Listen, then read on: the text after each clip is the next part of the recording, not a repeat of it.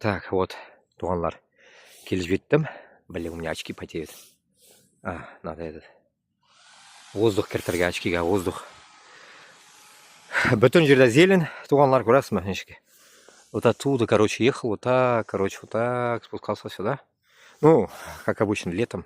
Надо отлар шауып юрилер, қазір мы подойдем к ним. Приближу, сейчас будем рядом приближаться. Все отдыхают, велосипедта юрилер. Зелень бүтін жерде. Шондай хал, дуслар. Ладно, чуть-чуть сниму. Так, әзгенеден, дуслар.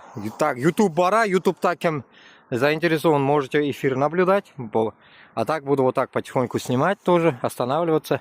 Зелень мына нәрсе үсәдір мына, интересно. А зимые какие-то орышлар утыртып қойғанлар, наверное, енді, короче. Шулай. Мында стрим бара. Ну, TikTok блокирует, поэтому я не снимаю эфир. Так и так, вчерашний эфир тоже я не могу вытащить. Кеше жырлап отырғаным болмады. Шығарып болмай. Шулай. Күшлі интернет керек аны шығарырға екен.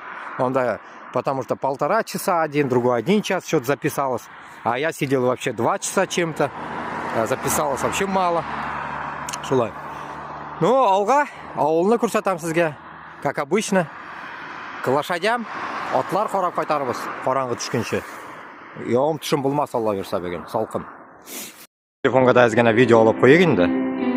Дуслар. Короче, кетем ауылға. Прогулка 11 январь. Салқын ғына.